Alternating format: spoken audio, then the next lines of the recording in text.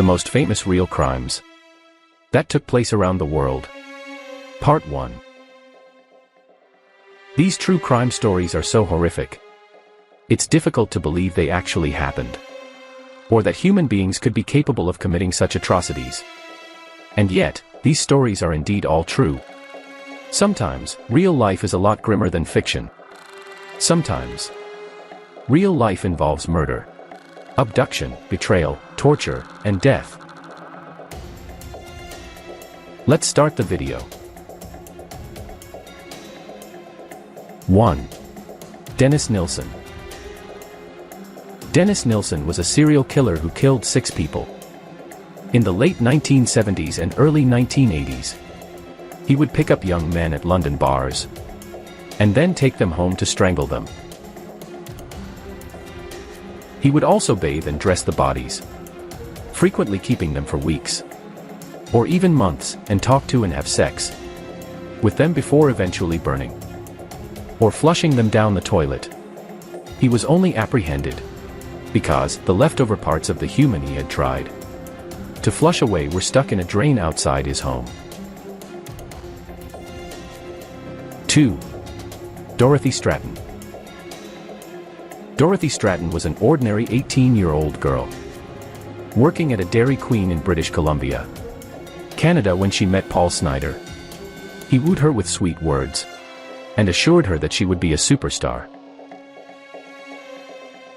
Snider encouraged Stratton to pursue modeling and even persuaded her to relocate to Los Angeles to compete in Playboy's 25th anniversary Great Playmate Hunt. Snider snatched her away and planned to make money off of her. Hugh Hefner spotted Stratton's potential and predicted that she would be the next Marilyn Monroe. Stratton first appeared in the film Playboy in the role of Miss August 1979, and then went on to star in films such as Buck Rogers, Fantasy Island, and Gala Xena. Stratton was rapidly rising the Hollywood ladder. She was already being dubbed as one of the few budding goddesses of the new decade by the press. Stratton was cast opposite Audrey Hepburn. In the film she developed a love affair with the film's director, Peter Bogdanovich, while filming in New York.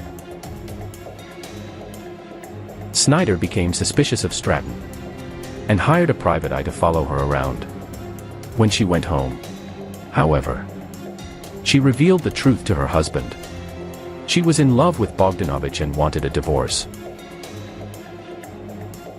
Snider didn't speak much, at least not in front of her. But, according to his buddies, once Stratton called it off, he developed an unusual interest in guns and hunting.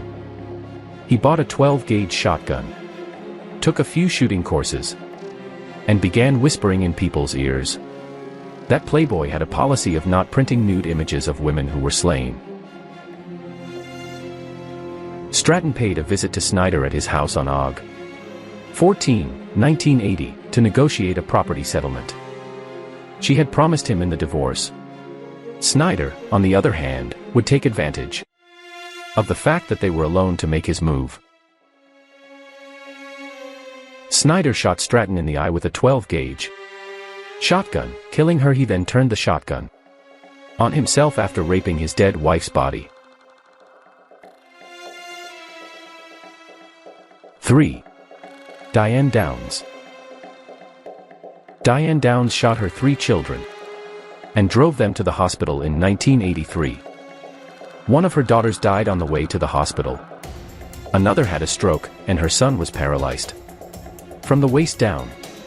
Diane stated that a strange man attempted to take her car and then began firing on everyone. Her secret diary, however, was eventually discovered by the authorities, and it described her obsession with a married man who did not want kids. Her arrest occurred as a result of this. She was given a life sentence of 50 years in jail. 4. Sharon Tate.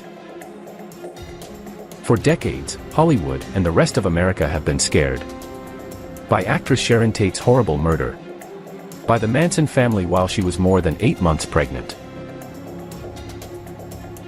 Tate was at home with pals Wojciech Frykowski, Abigail Folger, and celebrity hairstylist Jay Sebring. On the night of August 8, 1969, her spouse, director Roman Polanski, was filming a picture out of the country.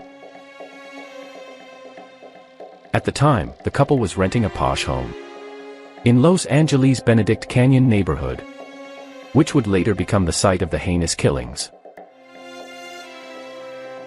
Charles Manson, the infamous cult leader, ordered a couple of his faithful followers to break into the house and kill everyone inside, as gruesomely as you can.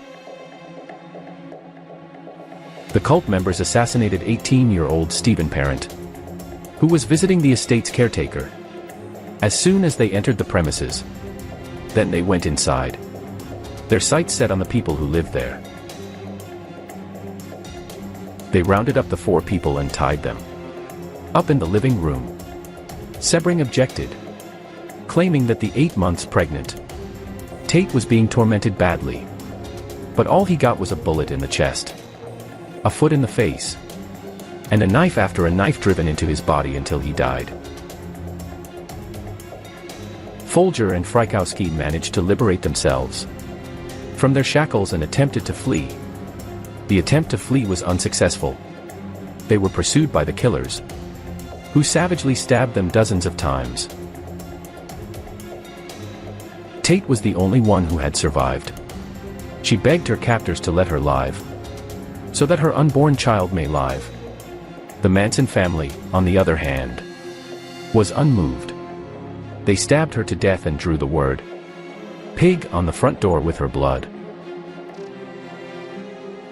The house itself was Manson's purpose for the attack. Manson wanted vengeance on the previous renter, music producer Terry Melcher, who had denied him a record deal. All of the assaults from that night, as well as Manson himself, were apprehended by the end of the year. They were given the death penalty and were sentenced to life in prison. Every plea for parole has been turned down. 5. Catherine Knight. Catherine Knight was the first woman in Australia to be sentenced to life in jail without parole. She skinned her husband, John Price, after stabbing him to death. Soon after, she skinned him and fried various parts of his body, intending to feed them to her clueless children. She even arranged the table and used place cards to direct the kids to their seats. 6. Issei Sagawa.